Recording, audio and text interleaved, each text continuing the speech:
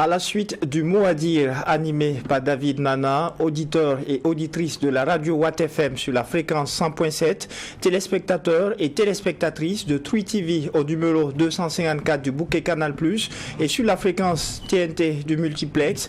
Mesdames et messieurs, bonjour et bienvenue à cette troisième convocation du tribunal de l'actualité. Vous le savez déjà, c'est une tradition, comme à chaque audience. Je suis en compagnie des juges au siège. Juge Bougma, bonjour à vous. Bonjour, Président Kaboré, bonjour, Juge Vaha, bonjour, Madame, Monsieur.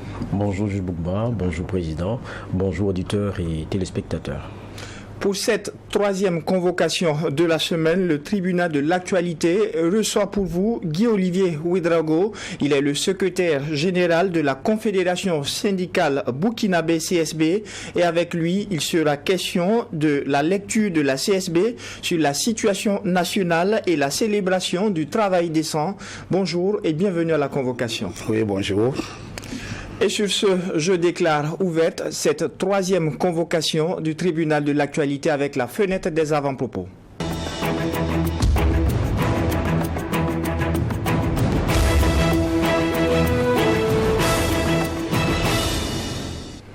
Juge Bougma, qu'est-ce qui retient votre attention pour la présente convocation? Merci. Ce qui retient notre attention, ce sont des informations inquiétantes.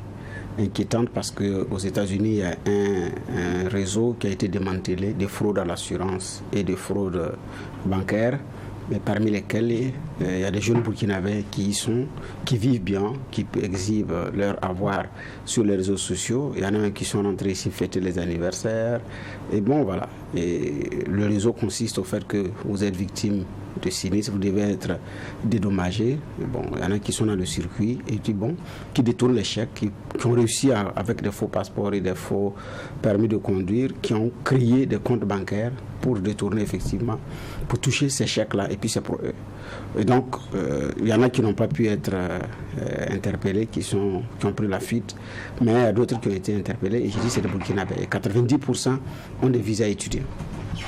Déjà, sous Donald Trump, le Burkina Faso était sur la liste noire des pays qui ne devaient pas bénéficier du visa parce qu'il avait restreint les conditions.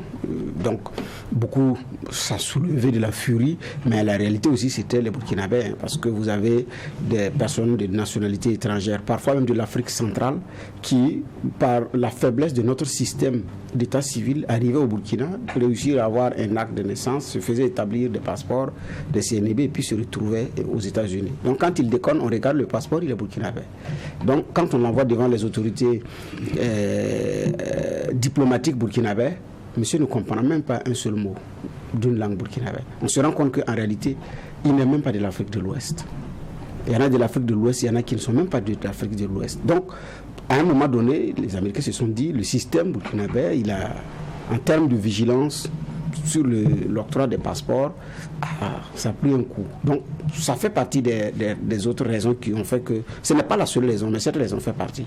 À un moment donné, ça commençait à être trop. C'est comme si nos mailles de filet étaient tellement larges qu'il y en a qui arrivaient effectivement à passer par... Même le gros poisson, par le filet. Donc, bon, même le petit poisson, je dirais, par les mailles du filet, parce que c'est... Voilà. Mais finalement...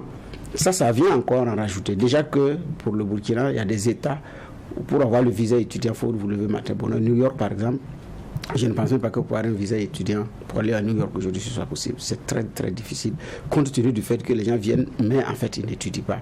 Il y a d'autres États, bon, pour le moment, c'est favorable. Donc, si ces choses-là viennent s'ajouter, c'est encore plus compliqué. Donc, on se pose la question de comment est-ce qu'on est arrivé là. Et quand vous voyez les visages, c'est vraiment des jeunes.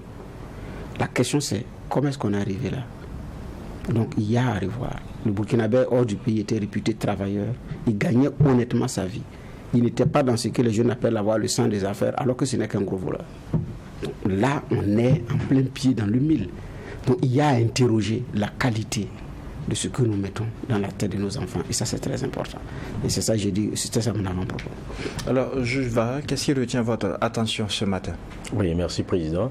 Ce qui retient mon attention, c'est ce qui s'est passé à Houndé et les explications qui ont été données, notamment par c'est la FSIP, c'est Force de sécurité et d'intervention privée, qui a tenu son point de presse pour expliquer ce qui s'est passé, notamment le 27 septembre, parce qu'ils ont eu un véhicule qui a été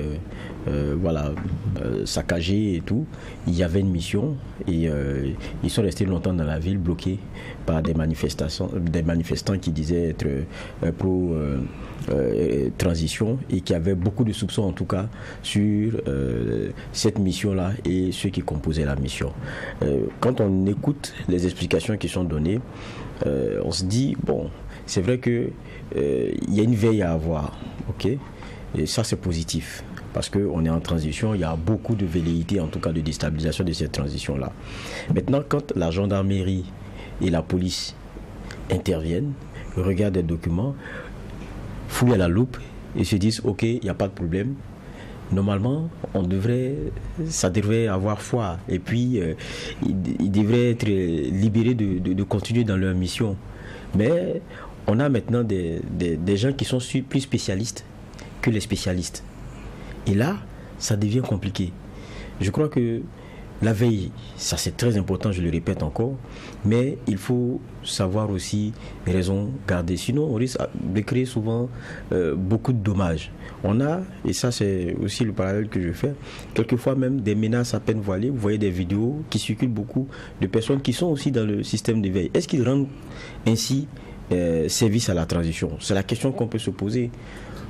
Beaucoup de menaces à l'endroit de certaines personnes, même de certains travailleurs. On a vu un DG de la Sonabel qui en a eu son quart d'heure de comment dire cela, de remontrance.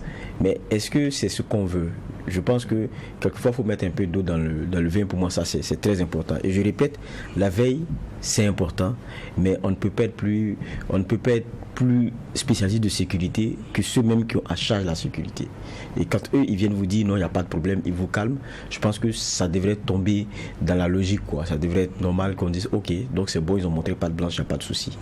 Mais ça interroge en tout cas. Ce cas-là interroge. Et bon, on prend aussi la réalité que ce sont les explications encore de la FCIP. Donc on est dans ce contexte-là. Depuis 2008, le 7 octobre de chaque année est consacré dans le monde entier pour la célébration de la Journée internationale du travail décent au Burkina Faso. L'occasion a été saisie par la Confédération syndicale burkinabé CSB pour magnifier les droits des travailleurs au plan national. Et avant d'approfondir les échanges sur la question, nous allons évoluer en généralité. Guy-Olivier Ouedraogo, première question, comment se porte le mouvement syndical dans un contexte de transition? Bien, merci. Dans un contexte de transition comme nous le vivons présentement, nous nous portons bien. Nous continuons à mobiliser nos militants. Nous continuons à mener l'action syndicale qui se résume à l'information, à la formation, aux actions sociales et bien sûr à la défense des normes. Donc, nous nous portons bien. Alors, vous dites, vous vous portez bien. Aujourd'hui, le Burkina est résolument tourné vers une diversification de partenariats. On entend CGT France, CGT Burkina. Aujourd'hui, quelles sont vos relations avec vos collègues de ce pays européen? Non, nous suivons ce que Karl Marx nous a dit, prolétaires de tous les pays, unissez-vous. Les travailleurs du monde ont les mêmes problèmes. Donc, au-delà des agitations politiques et autres, les travailleurs du monde doivent rester unis. Et c'est ce que nous avons proclamé lors de la première internationale à Londres et lors de la deuxième internationale à Paris. Et tout ceci s'est tenu au 19e siècle. Et aujourd'hui, nous vivons au 21e siècle et ce postulat reste à notre niveau. Monsieur le juge, le convoqué est à vous pour des questions de généralité. D'accord, ma première question va être sur ce que vous avez dit. Oui, c'est vrai, mais le président Macron a suspendu même les financements jusqu'aux ONG, aux associations. Il y a des ONG, des associations burkinabè qui sont reliées effectivement par d'autres au niveau de la France, qui ont du plomb dans l'aile par rapport au financement et pour pouvoir réaliser sereinement leurs activités. Est-ce que cette disposition vous touche? Non, ces dispositions ne nous touchent pas. Nous avons principalement des relations, la Confédération syndicale burkinabé est une relation très ancienne avec la Confédération française des travailleurs et cette relation continue. Et nous venons de bénéficier d'un appui de la Confédération française des travailleurs pour installer une coopérative au profit des femmes de l'informel, les femmes de l'agroalimentaire de l'informel de Banfora. Comme je le dis, prolétaires de tous les pays, unissez-vous. Nous avons les mêmes réalités en tant que travailleurs et nous nous tenons la main. Et nous ne faisons pas présentement à notre niveau une certaine analyse politique, mais nous faisons une analyse économique et c'est cette analyse économique qui est problématique au niveau des travailleurs. Vous voulez lancer une banque syndicale? Non, nous disons que depuis la mondialisation, nous ne sommes plus aux théories du néocolonialisme ni du colonialisme. Nous sommes depuis l'ère de la mondialisation avec la chute du mur de Berlin en 1990 à une autre réalité économique où ce sont les multinationales qui dominent le monde avec leurs chaînes d'approvisionnement mondiaux qui arrivent effectivement à dérégler l'économie, à déréguler et à profiter effectivement de la baisse des droits des travailleurs pour produire à moindre coût et augmenter effectivement leurs profits. C'est ça notre combat de tous les travailleurs du monde. Sinon que la théorie basée sur les questions du néocolonialisme et du colonialisme, pour nous, c'est quelque chose de dépassé. Parce que quand vous regardez même le Burkina Faso aujourd'hui, nous sommes au niveau de la France, c'est sur la question commerciale, le Burkina Faso est en 37e position en Afrique comme partenaire commercial de la France. Donc la question n'est pas une question politique chez nous. La question aujourd'hui est une question purement économique. Et ça, depuis que l'OMC existe et qu'on a réussi à casser certaines barrières et autres au niveau des nations, c'est pas simple. Et c'est cette lecture que nous faisons. Nous devons nous donner la main. D'accord, ok. En tout cas, pour un syndicat d'obédience progressiste, nous pouvons comprendre facilement votre discours, que vous n'êtes pas d'option lutte des classes. Bon, pour revenir au contexte, au niveau du Burkina Faso, vous avez siégé au niveau du Haut Conseil du dialogue social. Le gouvernement finalement l'a dissous. Les deux raisons, inutiles et budgétivores. Vous qui avez été d'ailleurs dans ce Haut Conseil du dialogue, vous y avez siégé. Est-ce que c'est ces arguments qui sont valables? Est-ce que vous avez travaillé d'ailleurs? Pour moi, j'ai toujours dit que on se demande s'il faut rire ou il faut en pleurer. Le dialogue social n'est pas une question de budget et autres. Le dialogue social, la problématique du dialogue social revient de très loin. Vous savez bien que la lutte des travailleurs a été très difficile. Donc la première idée qu'a épousé les travailleurs, c'était effectivement l'idée révolutionnaire qui consistait à dire que nous allons liquider la classe bourgeoise, s'accaparer de leurs moyens de production, de produire et de donner à chacun selon ses besoins. Bref, certains ont dit est-ce que ça sera possible? Voilà, donc il faudrait peut-être savoir aussi que nous avons des intérêts croisés, même s'ils sont parfois contradictoires. Et c'est ceux qui ont amené justement cette idée que Karl Marx à l'époque a traité de réformiste au lieu de révolutionnaire. Parce que pour Karl Marx, il fallait faire l'insurrection armée pour en finir avec la bourgeoisie. Et c'est ça qu'il leur a posé la question, mais comment vous faites pour mener ces réformes? Et c'est là qu'on a parlé de dialogue social.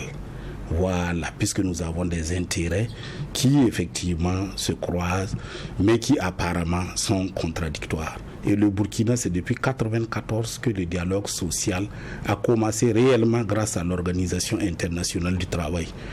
Nous avons fait beaucoup de formations, beaucoup d'ateliers et autres, et c'est ce qui a permis même la mise en place de l'unité d'action syndicale et qui a engrangé pas mal d'acquis pour les travailleurs. Parce qu'il faut un interlocuteur crédible dans le cadre du dialogue social, du côté des travailleurs, du côté des employeurs comme du côté du gouvernement, pour vous permettre de discuter.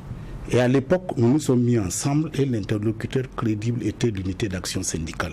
Ce sont ces beaux résultats qui ont amené entre-temps une réflexion qui disait, écoutez, pourquoi nous n'allons pas pérenniser cette chose au lieu de nous rencontrer uniquement pour la rencontre gouvernement-syndicat.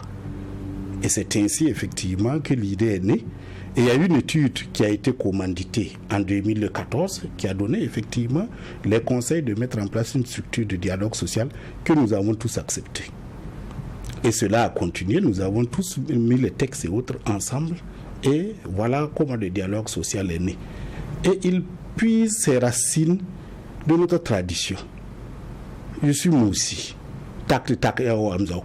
Si tu tires, je tire, c'est une calebasse cassée. Ce que nos parents nous ont dit. C'est pour magnifier le dialogue social.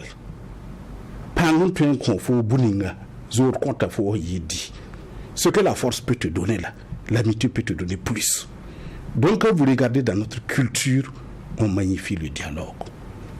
Donc maintenant, quant à dire que c'est une question inutile, je dis, moi je n'ai pas de problème avec, pour ceux qui en pensent ainsi, mais je me dis tôt ou tard, ils en auront besoin.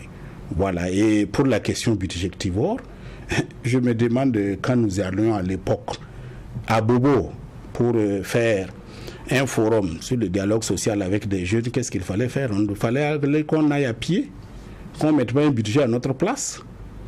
J'aimerais voir ceux qui le disent aujourd'hui aller faire les missions de l'État à pied.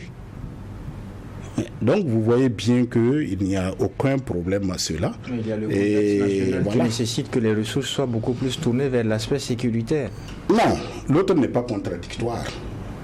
On dit que quand tu marches et tu tombes, il ne faut pas regarder uniquement là où tu es tombé. Regarde ce qui t'a fait tomber. Donc il faut se préparer à ne pas aussi tomber une deuxième fois. Et à l'époque, qu'est-ce que nous disions aux jeunes? Nous parlons aux jeunes de certaines valeurs qui auraient permis au Burkina de triompher rapidement de ce que nous avons. Nous avons parlé de la civilité. Nous avons parlé du civisme, du patriotisme et de la solidarité. Ce sont ces valeurs-là que nous enseignons aux jeunes. Et au niveau des entreprises, nous enseignons aussi la productivité au niveau des entreprises et les fonctionnaires aussi, la productivité au niveau de la fonction publique. Tout cela, c'était dans le but de bâtir une nation forte et une nation de lendemain. Parce que c'était ça notre mission, implémenter le dialogue social au Burkina Faso. Voilà notre mission. Ça ne se fait pas en un chose. C'est toute une culture qu'il faut changer. Et je dis bien, c'est une valeur de la social-démocratie, c'est une valeur des syndicats réformistes. Si des gens ne se reconnaissent pas là-dedans, ce n'est pas un problème. Mais l'histoire nous dira que le dialogue social est là et se tiendra à tout moment. Et ceux qui l'ont enlevé risquent aussi de le ramener. Oui, mais d'ailleurs, celui qui a piloté l'enlèvement, c'est un de vos anciens camarades, qui est actuel ministre de la fonction publique. Et d'ailleurs, c'est une entité qui dépend d'ailleurs de ce ministère. Est-ce que vous en avez parlé? Après ou avant? Non, le dialogue social, le Haut Conseil du dialogue social ne dépendait pas du ministère de la fonction publique. C'est vrai que notre ex-collègue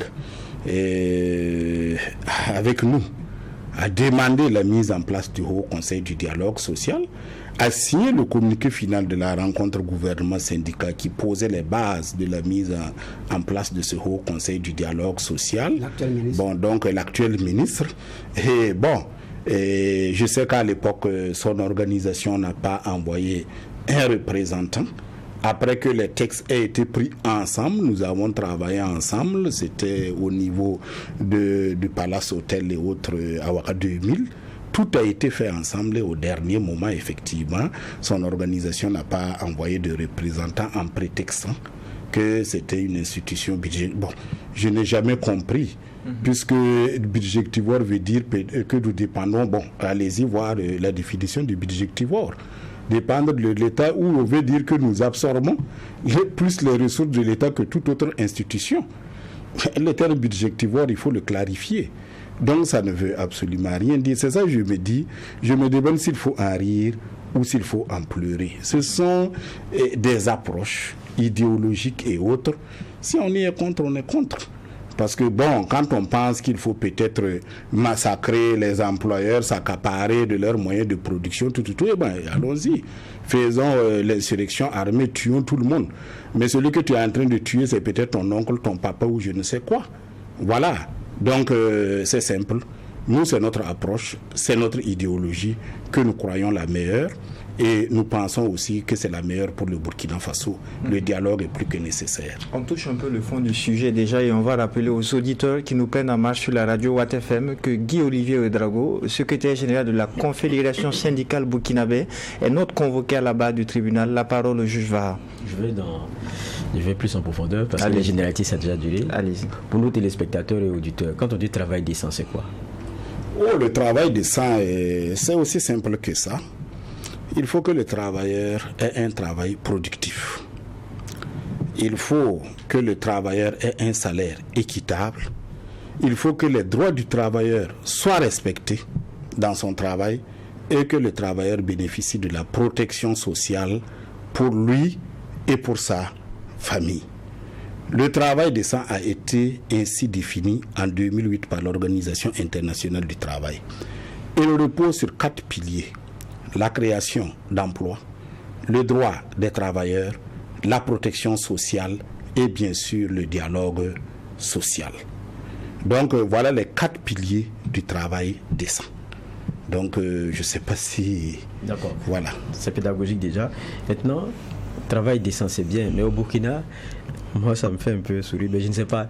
Le travail décent, lorsque la majeure partie des travailleurs sont noirs, on va dire ça comme ça, à plus de 90%, le monsieur n'est pas déclaré.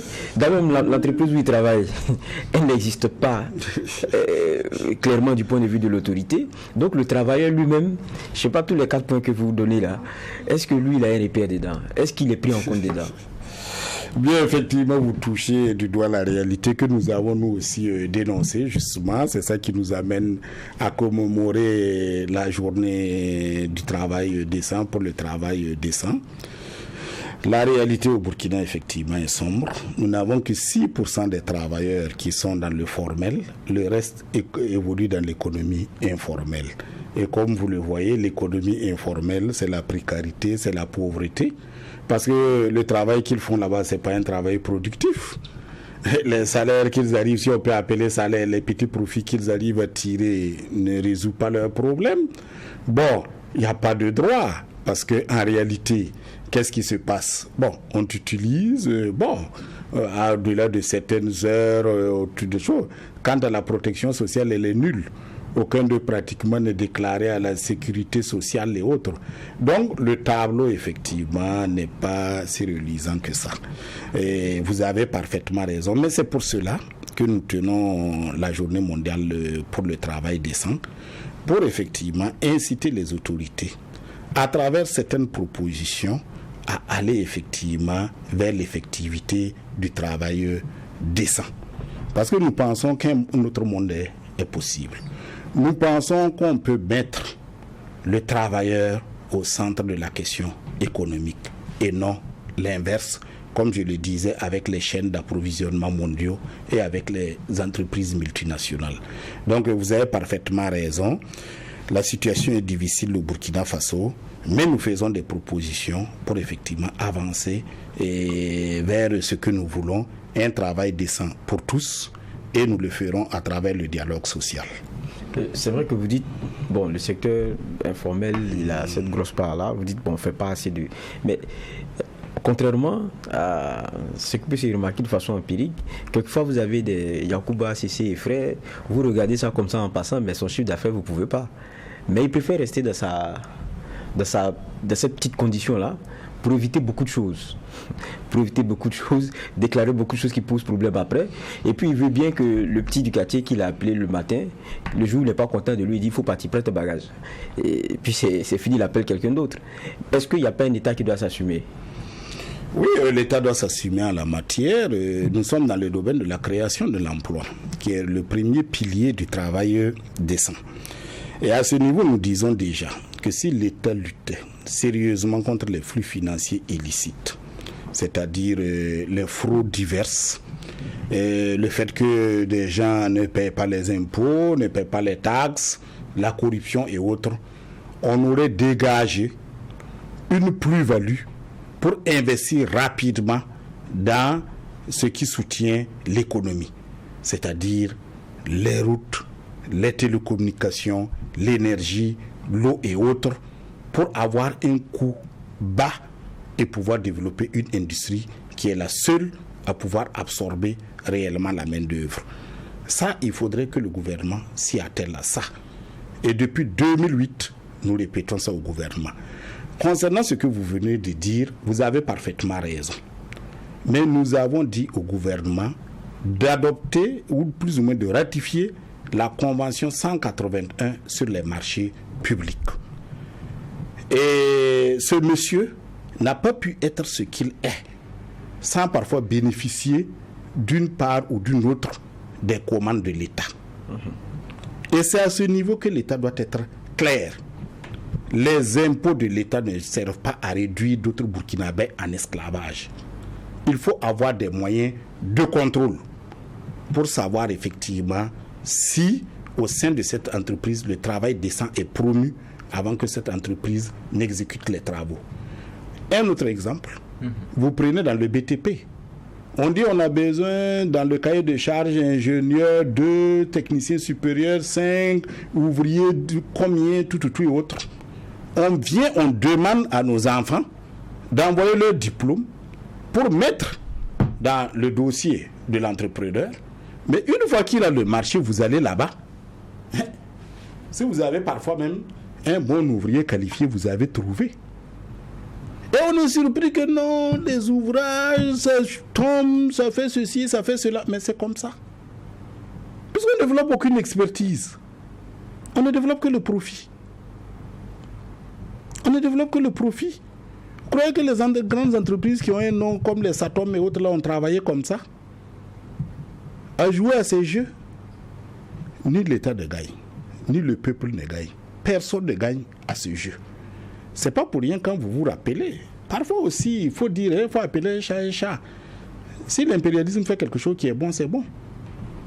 Quand il y a eu effectivement notre entrée dans le libéralisme forcé au niveau des années 90 avec ce qu'il y a eu comme privatisation et autres, et on a mis aussi en place tout un ensemble de chantiers pour un peu absorber la main d'œuvre et tout. Mais c'était surveillé à l'époque par Faso Bahara. L'agence Faso Bahara veille à ce que quand vous dites que vous avez tel personnel sur un chantier, que ce soit vraiment le personnel qui soit là, il y a des moyens de vérification avant de décaisser les paiements. Donc ça pourrait un peu réduire ce que vous êtes en train de dire. Sinon qu'effectivement, c'est une situation déplorable. Alors, ce travail décent repose tout de même sur un socle, c'est le Code du travail. Il a été annoncé au niveau de sa réforme depuis longtemps par votre ancien collègue syndical, le ministre d'État Bassolma Bazié. Vous êtes de la Confédération syndicale burkinabé, qu'est-ce qui coince? Bon, vraiment, à notre niveau présentement, si je vous dis que nous savons très bien où est le Code du travail, nous avons menti. Et la genèse est aussi simple que ça. Nous savons que quand le MPSR 1 s'installait, le Code du travail à l'époque était à l'Assemblée nationale. Ça a été ramené par le gouvernement à son niveau, qui a entrepris certains amendements et autres. Après, tout le processus a été suivi et c'est parti au niveau de l'ALT. À l'ALT, nous avons été reçus, nous avons effectivement fait nos amendements.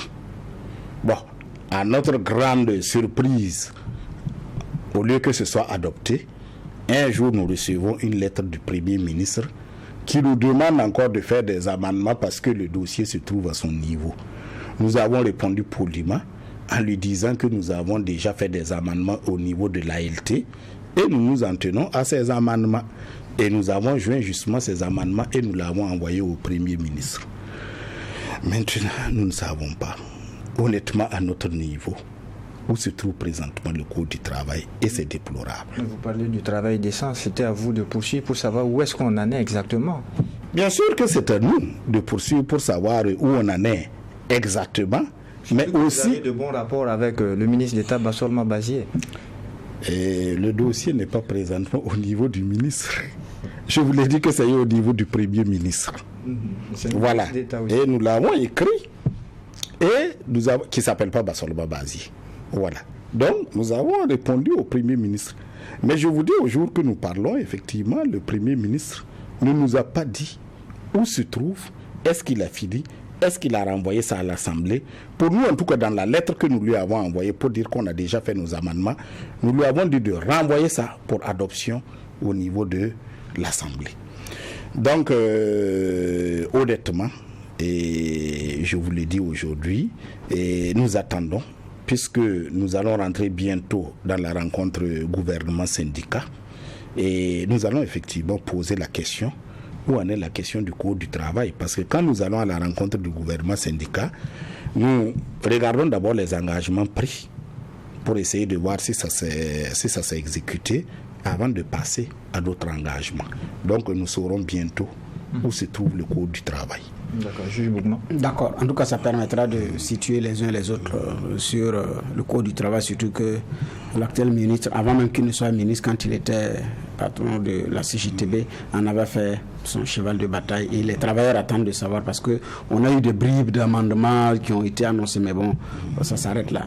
Alors, en ce qui concerne la question du travail décent au niveau des entreprises, le taux de morbidité également est très élevé parce que les conditions aussi, la pression fiscale, la pression administrative, elle est aussi sur les entreprises. Et donc, ce n'est pas que les gens ne veulent pas se lancer. Il y a aussi la réalité économique aujourd'hui. Et les uns et les autres, d'ailleurs, sont tributaires du marché. Le plus gros fournisseur de marché, c'est l'État. Regardez une entreprise qui s'en sort, la plus grande partie de ces marchés vient de l'État. De privé à privé, ce n'est pas aussi simple. Donc, pour la promotion du travail décent, il y a quand même un effort à faire. Ce n'est pas que les efforts n'ont pas été faits, mais un effort à faire au niveau de l'exécutif. Qu'est-ce que vous leur dites ? Bien, je pense que aujourd'hui, ce que nous devons faire, et c'est ce que nous faisons déjà, il faut ramener la production au maximum à l'intérieur du Burkina Faso. C'est-à-dire qu'il y a des produits aujourd'hui que normalement nous ne devons plus importer.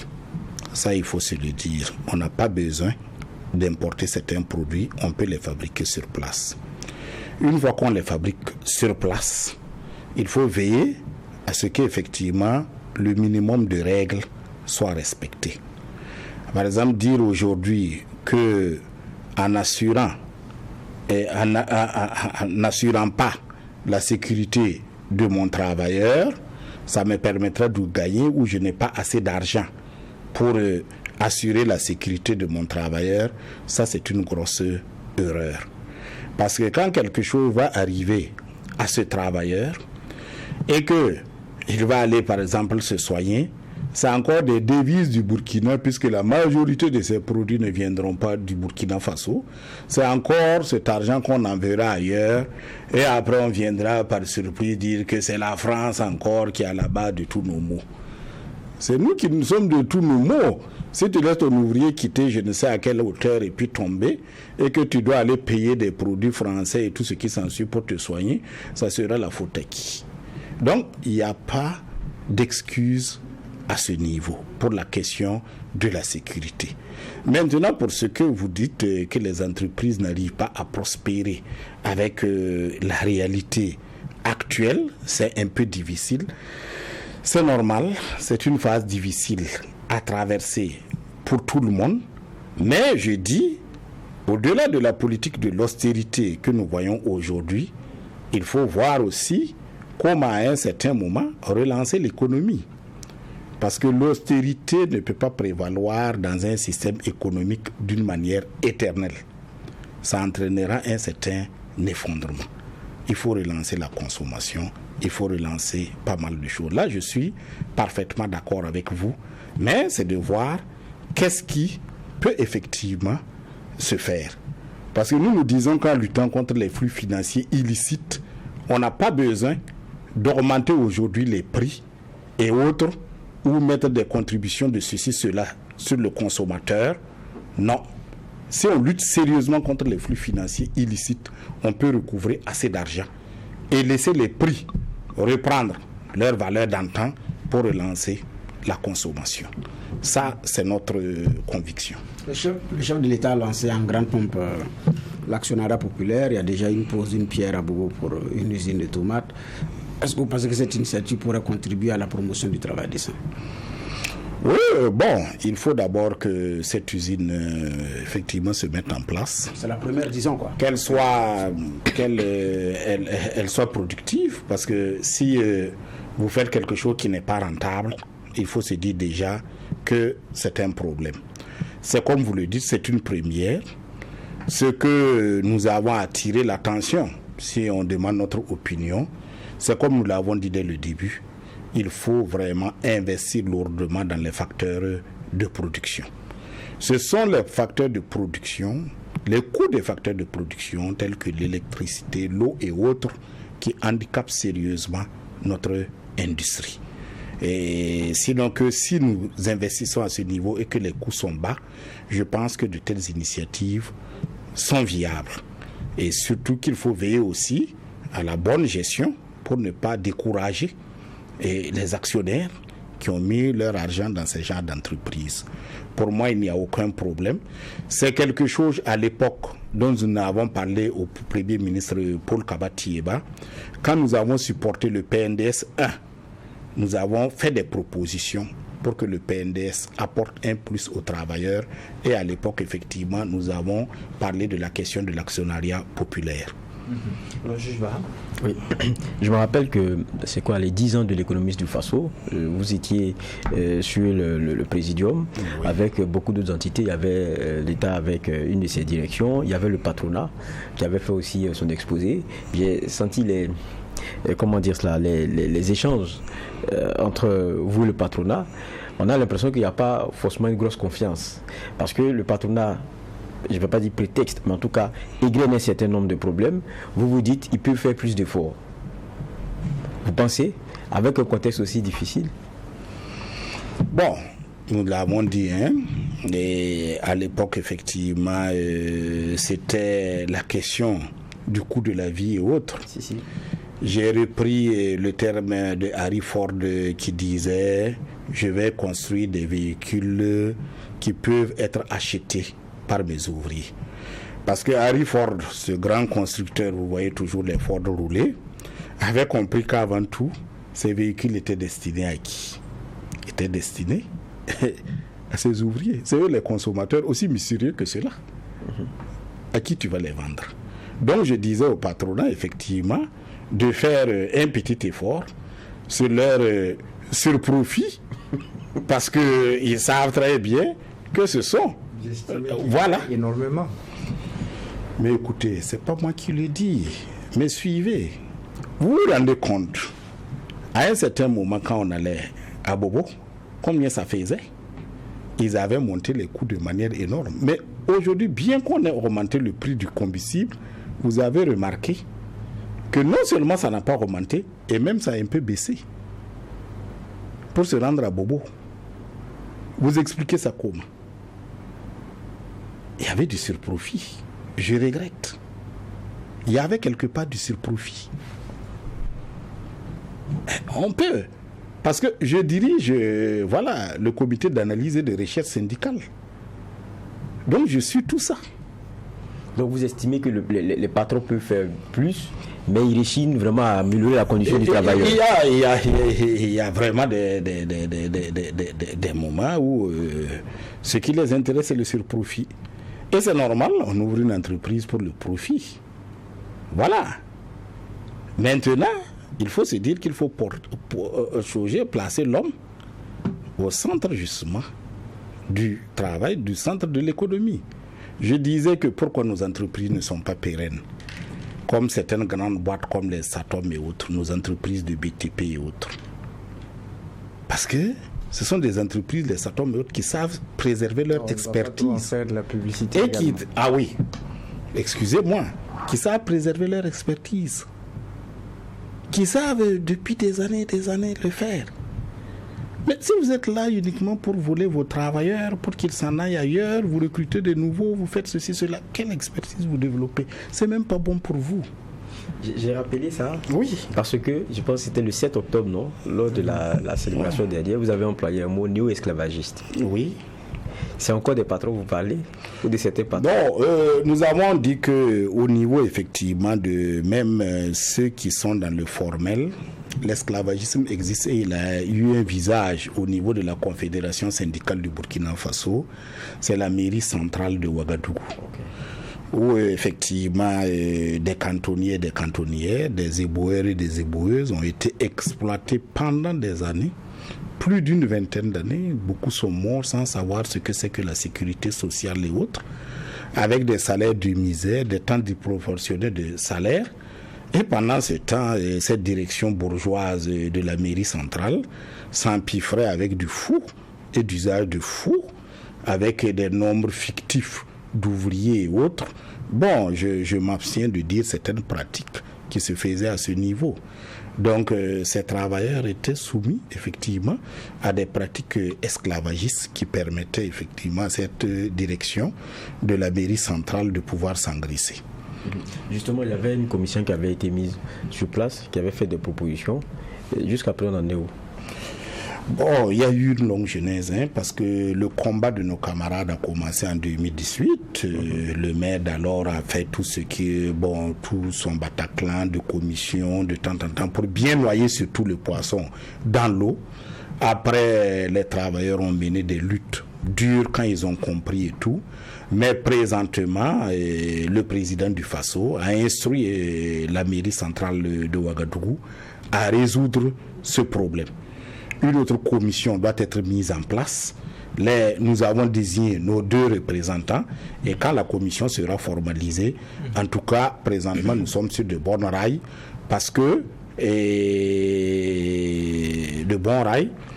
tout simplement, déjà la Caisse nationale de sécurité sociale a fait les calculs des cotisations de ces travailleurs et autres. Donc, en tout cas, nous pensons que nous sommes pratiquement au bout du tunnel. D'accord. Alors, l'autre chose aussi pour le travailleur, c'est qu'il a besoin de se soigner. Au-delà du Code du travail, vous suivez également l'autre dossier. Où en sommes-nous avec la mise en œuvre de l'assurance maladie universelle? Bien, c'est vrai que l'assurance maladie universelle, c'est une grande préoccupation pour nous. Nous l'avons demandé depuis la nuit du temps.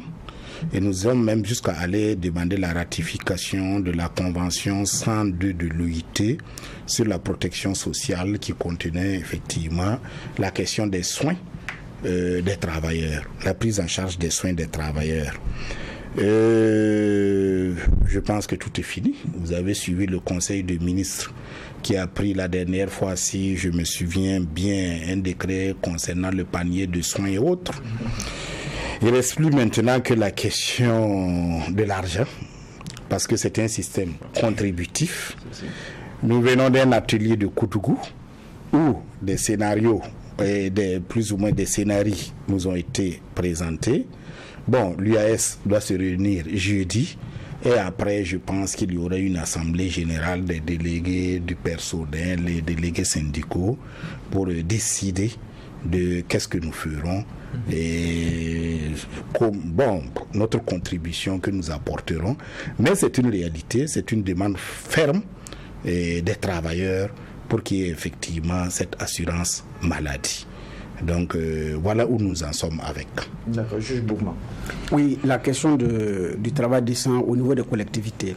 Il y a des petits boulots entre griffes, mais qui permettent aux collectivités de vivre, qui ne sont forcément pas prises en compte dans la fonction publique territoriale, voilà ce que je veux dire. Ce qui s'est passé à la mairie de Ouagadougou est un cas exemple. Et ça y est également, cette situation existe dans bien d'autres mairies, je vais dire. Mais maintenant, ces questions-là, c'est qui prend en charge? Qui porte leur voix? Est-ce que c'est vous les syndicats? Qui porte leur voix? Non, aussi simple que cela, leurs voix sont portées par nous. Tout travailleur, selon la constitution du Burkina Faso, selon le code du travail, peut se syndiquer. Qu'il soit du public, qu'il soit du privé, qu'il soit de l'informel. Donc tous ces travailleurs, effectivement, c'est nous qui devons parler à leur nom. S'ils nous confient effectivement leur dossier et qu'ils sont syndiqués à notre niveau, c'est nous. Alors, dites-nous, l'actualité aussi, ce sont les libertés au sein de ce pays. Qu'est-ce que vous pensez de ces principes de liberté? On parle d'enrôlement, on parle beaucoup d'autres choses. Qu'est-ce que vous en pensez? Bon, je parlerai plutôt de valeurs, parce qu'au niveau de la Confédération syndicale burkinabé, nous mettons d'abord les valeurs devant. Et si ces valeurs ne sont pas au rendez-vous, le reste pose problème. Tout de suite, vous avez parlé de l'assurance maladie universelle. Je ne suis pas rentré beaucoup dans les détails, parce qu'une fois qu'il s'agit de mettre la main dans la poche, les gens commencent un peu à rechigner. Mais c'est dû à quoi? C'est dû au fait que nous ne développons pas une valeur de solidarité. C'est la solidarité qui sous-tend ces pratiques. Même les débats sur l'UTS et autres, c'est parce que nous n'avons pas ce sens de la solidarité. Cette valeur n'existe pas en nous. Eh bien, au niveau de la Confédération syndicale, pour tout débat, nous rentrons dans les valeurs. Une des premières valeurs de la Confédération syndicale burkinabé, c'est la démocratie. C'est la démocratie qui permet les libertés d'expression, les libertés d'opinion, les libertés d'association et autres, et qui permet effectivement de développer un esprit créatif. Après cela, nous parlons de la justice sociale, qui permet une répartition équitable des richesses matérielles de la nation. Après, nous parlons de la solidarité dont je viens d'en parler, et nous terminons par le dialogue social, qui est une de nos valeurs aussi. La situation aujourd'hui au Burkina est aussi simple que ça. La démocratie n'existe plus. Même si on prétend qu'on a maintenu la Constitution, le maintien d'une Constitution ne veut pas dire une démocratie. Je ne connais pas très bien ce système politique qui garantit les libertés comme nous le voulons en dehors de la démocratie. Winston Churchill disait c'est le moins mauvais des systèmes. On ne dit pas qu'il est parfait, mais il n'y a qu'à ce niveau. Vous estimez donc que la liberté est mise à rude épreuve dans ce contexte de transition? Bien sûr, parce que quand il n'y a pas de démocratie, eh bien, il découle que les libertés seront remises en cause. Les syndicats le subissent aujourd'hui? Bon, nous ne le subissons pas. Nous avons toujours notre liberté d'association. Nous avons notre liberté d'opinion. Nous avons notre liberté d'expression. Mais la question qui m'a été posée, c'est une question générale. Je sais qu'à notre sein, nous avons aussi des syndicats de la presse qui nous rapportent certaines limites. Nous voyons effectivement des interpellations de certaines personnes qui ont osé donner leur opinion. Et c'est en cela que je dis que quand on n'est pas dans un État démocratique, eh bien, il faut s'attendre à cela. C'est pas quelque chose... on ne peut pas avoir quelque chose à son contraire. Mais sauf qu'on ne vous entend pas sur ces questions. Je ne comprends pas votre question. Nous avons suffisamment fait des déclarations, nous avons fait suffisamment des publications. Même notre dernière publication a interpellé le gouvernement sur le cas du docteur Louré, c'est bien son nom ainsi, qui a été incorporé de force dans les VDP. Nous avons fait une déclaration et autres. Donc je ne sais pas comment vous voulez nous entendre. Dans le cadre de la situation nationale, qui Olivier Ouedraogo pourrait se retrouver également au front pour apporter sa contribution. Bon, je veux vous dire que pour moi, ça ne posera aucun problème. Je suis deuxième grenadier voltigeur parce qu'effectivement, j'ai fait aussi un peu mes classes dans l'armée. Donc je connais ma position. Pour ceux qui connaissent un peu l'armée, c'est très bien que bon, dans les groupes de combat, il y a des... Voilà, chacun a sa position. Je suis deuxième grenadier voltigeur. Voilà, et ça, ces appellations, c'est depuis Napoléon et qui restent valables dans nos armées actuellement. Bon, ça, c'est un autre... D'accord. Oui, en ce qui concerne, quand on regarde un peu, il y en a qui ne veulent même plus entendre parler de démocratie. Pour eux, tous nos problèmes, c'est la démocratie. Parce que ça permet à une minorité seulement de s'enrichir et puis bon, ça s'arrête là. Donc, il faut en finir avec. Bon, alors que elle vous est chère parce qu'elle permet l'expression de liberté, permet à chacun d'avoir des chances égales. Quand on ne connaît pas quelque chose, effectivement, on arrive à ces conclusions. Ah ouais. Voilà, les peuples ne réclament que ce dont ils ont conscience. C'est pas pour rien, vous comme moi, nous sommes responsables de cette situation. On a résumé la démocratie à ses oripeaux. Mais où est la culture démocratique? Personne n'a travaillé réellement à ce que la culture démocratique soit une réalité au Burkina. Donc les peuples ne réclament ce dont ils ont conscience. S'ils n'ont pas conscience de ce que c'est que la démocratie, eh bien ils pourront la rejeter. Mais ils la rencontreront un jour. Parce que c'est une évolution normale. Il y a un moment, ceux qui en sont arrivés à la démocratie, ne vous en faites pas. Ils sont pas nés, voilà, leurs nations ne sont pas nées démocrates. C'est l'évolution des choses qu'il a voulu. Parce qu'on s'est rendu compte à un certain moment, effectivement, qu'il fallait aller dans ce sens pour que les choses puissent mieux évoluer. Donc, j'en veux pas trop aux uns aux autres. Ils n'ont pas de culture démocratique. Personne n'a travaillé à leur dire que voilà ce que c'est que la culture démocratique. Et dans la pratique, on ne leur a pas permis de comprendre, comme Montesquieu le disait, c'est le pouvoir du peuple, par le peuple et pour le peuple. Nous n'avons pas fait ce travail. Donc, ils pensent que c'est dans d'autres systèmes, plus ou moins, que leur pouvoir s'exprime. Alors que leurs droits peuvent être mieux exprimés dans une démocratie. Et ce qui est bien dans une démocratie, c'est que tu peux aussi écouter le contraire de ta pensée par quelqu'un d'autre et t'enrichir. C'est pas pour rien on dit en démocratie. Je suis peut-être contre ce que tu dis, mais je me battrai pour que tu le dises. C'est ça la richesse de la démocratie. Mais c'est un travail que tous les démocrates devraient faire pour que la démocratie soit une réalité au Burkina, ce que nous n'avons pas fait. Dans la poursuite de la question de juge Boukma, beaucoup estiment également que les politiciens sont responsables. Ils ne peuvent actuellement pas se réunir. Qu'est-ce que vous en pensez? Le problème, ce n'est pas de se réunir. Le problème, ce n'est pas les élections. Le problème, non. Le problème, c'est de travailler à instaurer une culture démocratique où effectivement le peuple a vraiment le pouvoir et ça vient vraiment du peuple. Et quand on parle de la démocratie, la répartition de la richesse, c'est là aussi dont le peuple a souffert. C'est ça.